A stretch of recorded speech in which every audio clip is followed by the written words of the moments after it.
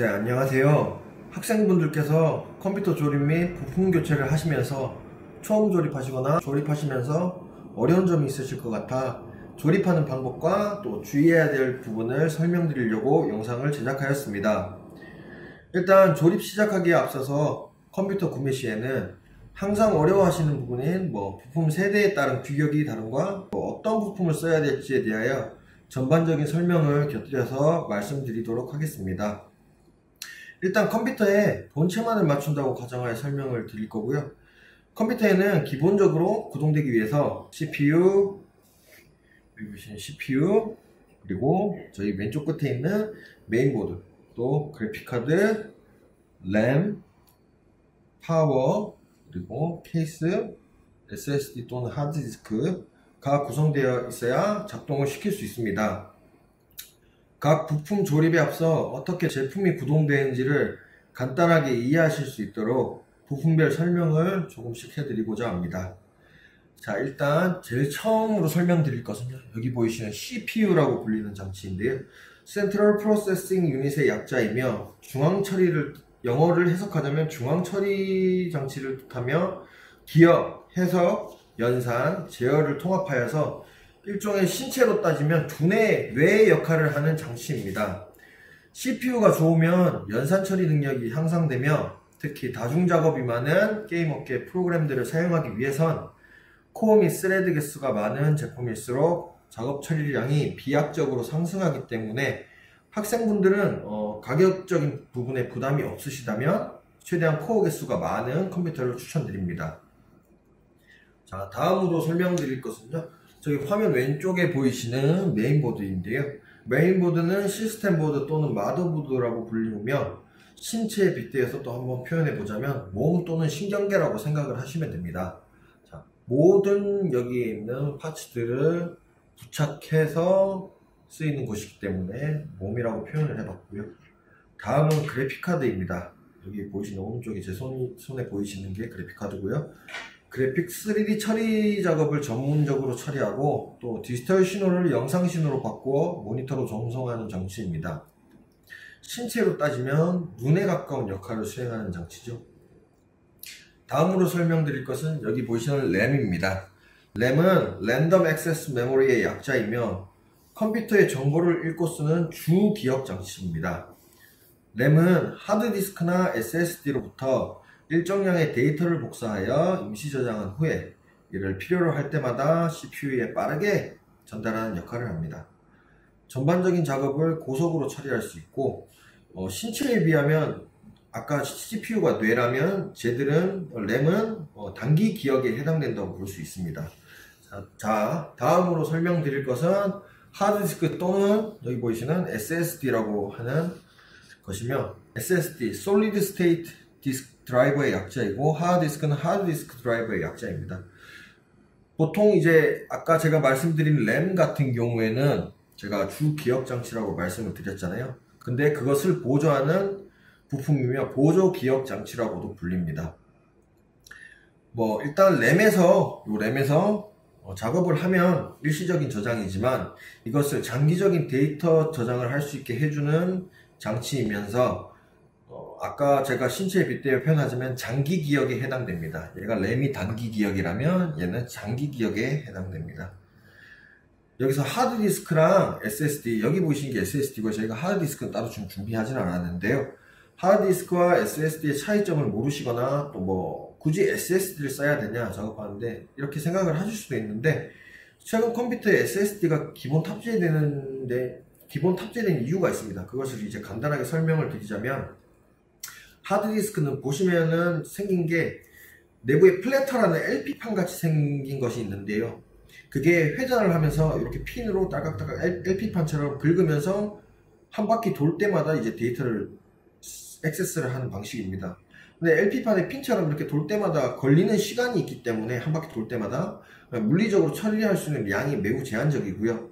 SSD 같은 경우에는 움직이는 기계 부품 자체가 없고, 여기 내부 안쪽에 보면은 컨트롤러라고 불리는 이제 안에 그 장치가 있는데, 그게 이제 전기 신호로부터 정보를 바로바로 빼주기 때문에 정보 처리하는 데 있어서 단축이 많이 됩니다. 예전에 뭐 하드디스크 쓰시면서 보시면 컴퓨터 조각 모음 같은 거 자주 하셨던 기억이 있으실 텐데요.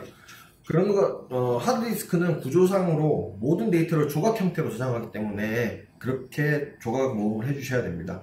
그러나 SSD 같은 경우에는 하드디스크와는 완전히 다르며 데이터를 저장하기 위해서 조각화가 필요하지 않기 때문에 데이터를 저장하거나 또 응용 프로그램을 시작하는 데 있어서 훨씬 빠릅니다. 그래서 요약을 해서 말씀을 드리자면 정보를 처리하는 데 있어서 하드디스크보다 정보를 처리하는 양이 많고 액세스 속도가 빠르기 때문에 뭐 또 OS 부팅 또는 프로그램 실행 등을 할 때 있어 속도에 있어서 체감이 많이 되는 부품 중에 하나입니다. 다음으로 설명드릴 부분은 여기 있는 파워 서플라이라고 불리는 장치인데요. 여기에 이제 컴퓨터 내부에 위치해 있는 보통 이제 케이스마다 다른데 요즘은 아래쪽에 달린 제품들이 많더라고요. 이게 이제 직류 전환 장치 아니면은 또는 전원 공급 장치라고 불리는 장치입니다.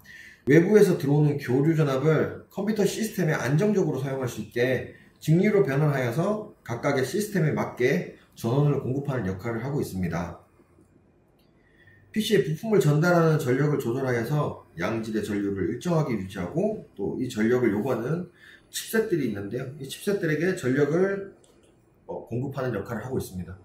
또한 내부에 여기 안에 내부에 보시면은 축전기가 있어서 이 전력을 저장하여서 파워 서플라이로 전달하는 전력이 일시적으로 감소한다든지 그렇게 되더라도 축전지에 저장되어 있는 전력을 사용하여서 일정한 전력을 항상 공급할 수 있게 해줍니다. 그래서 신체 아까 계속 빗대서 말씀드리고 있는데요. 신체의 빗대서 또 표현해보자면 심장과 심장에서 들어오고 나가는 혈액이라고 표현하면 가장 이해가 쉽게 되실 겁니다. 다음으로는 케이스인데요. 여기 보이시는 케이스인데요. 여기 이렇게 보시면 자 이제 이 케이스 같은 경우에는 부품들을 이제 고정하고 보호하고 또 합선이나 이물질로 인한 고장의 위험을 줄이는 역할을 하고 있으며 케이스에 같이 탑재된 펜의 경우 여기 보시는 이 펜 제가 이야기 드리는 거고요. 펜의 경우에는 케이스 내부에 공기를 여기서 흡기하고 저쪽 뒤쪽에서 배기해서 내부의 열기를 순환시켜 주는 역할을 하고 있습니다. 이 펜이요. 그리고 여기까지가 기본적으로 전체적인 부품에 대해서 설명을 간략하게 드렸고요. 다음으로 이제 현재 가정에서 보유하고 계신 컴퓨터 중에서 보통은 한 번에 바꾸시는 경우도 있지만 전체적으로 바꾸는 게 아니라 부품을 조금씩 업그레이드해서 쓰고 싶다는 분들이 계실 텐데요. 그 부분에 대해서 조금 말씀을 드리려고 합니다. 자, 우선순위는 지금 제가 컴퓨터를 조립해보면서 느낀 주관적인 감상이기 때문에 직접적으로 이렇게 컴퓨터를 전문적으로 조립하시는 분들에 비하면 객관적인 부분은 떨어질 수 있으나 하시는 파트마다 또 각각 다르고 또한 현재 컴퓨터 사양 집에서 이제 가정에서 쓰고 있는 컴퓨터 사양에 따라서 우선순위가 변경되실 수 있다는 점은 조금 참고하시면 좋을 것 같습니다.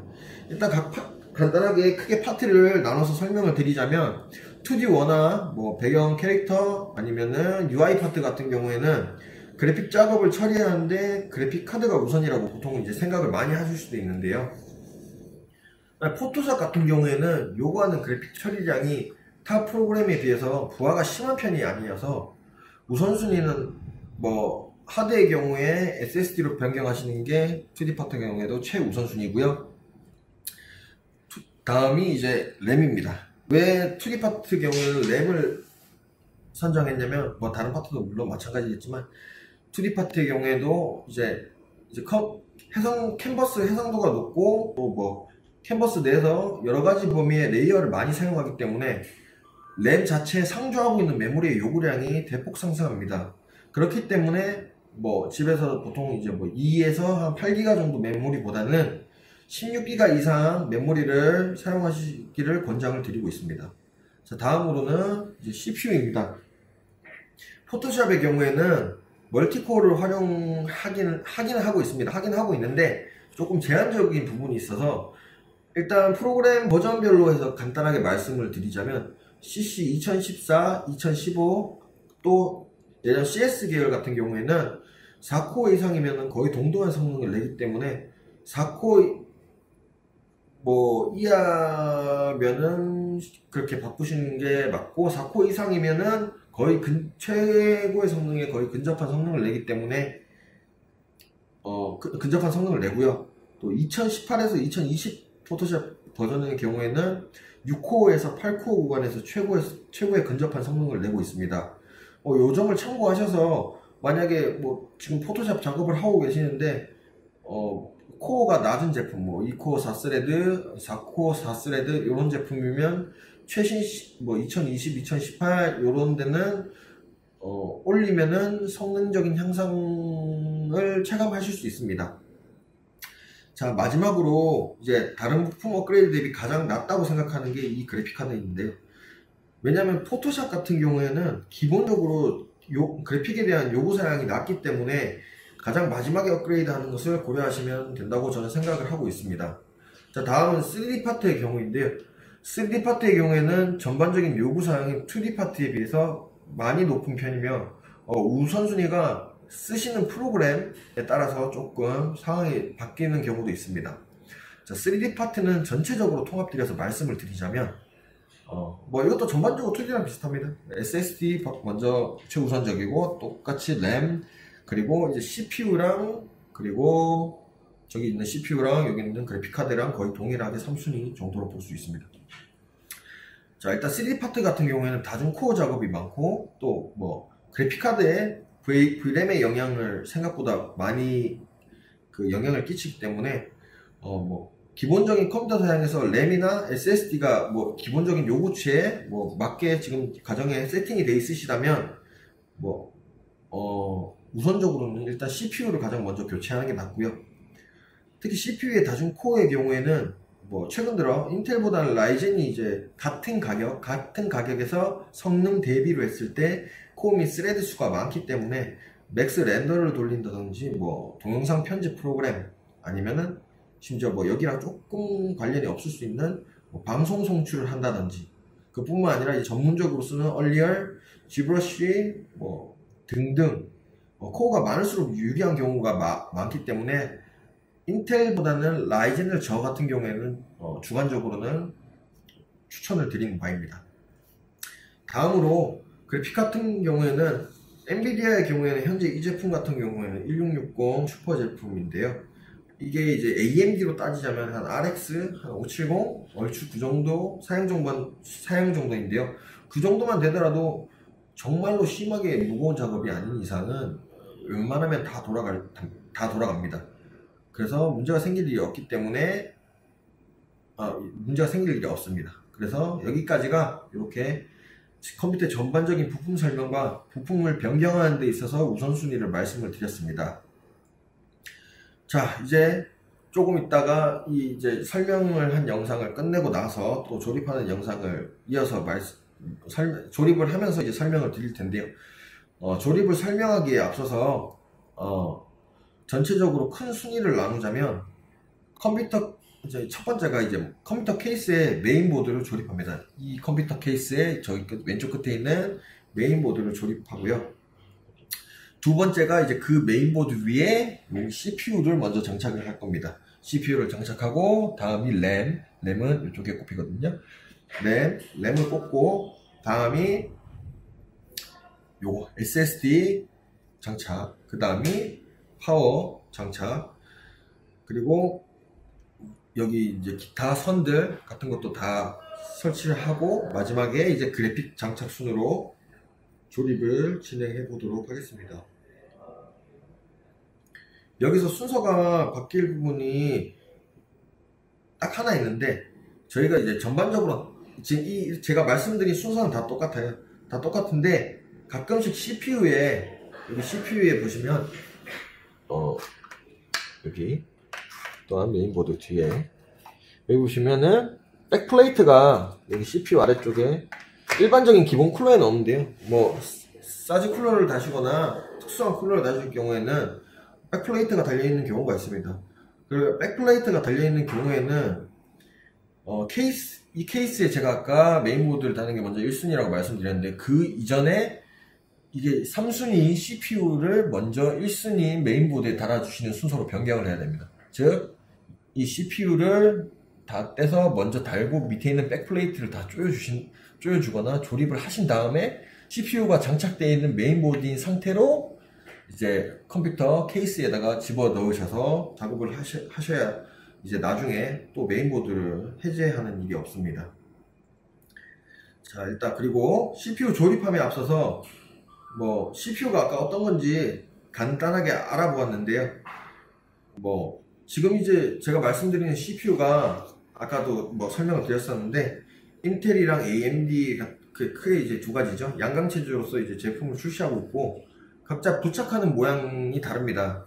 뭐 이게 방향이 설정이 돼 있긴 한데 이게 뭐 새로 처음 조립해 보시거나 하시면 모르실 수도 있기 때문에 뭐 조금 주의하셔서 장착을 하셔야 됩니다.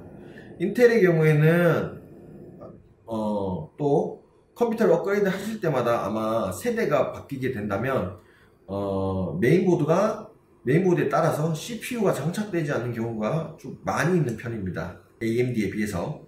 그렇기 때문에 CPU를 구매하실 때 항상 보시면 옆에 제품 상세 설명을 읽어보시면은 뭐 어떤 소켓이라고 적혀 있습니다. 그 소켓에 맞는 메인보드를 찾으셔서 구매를 하셔야 됩니다.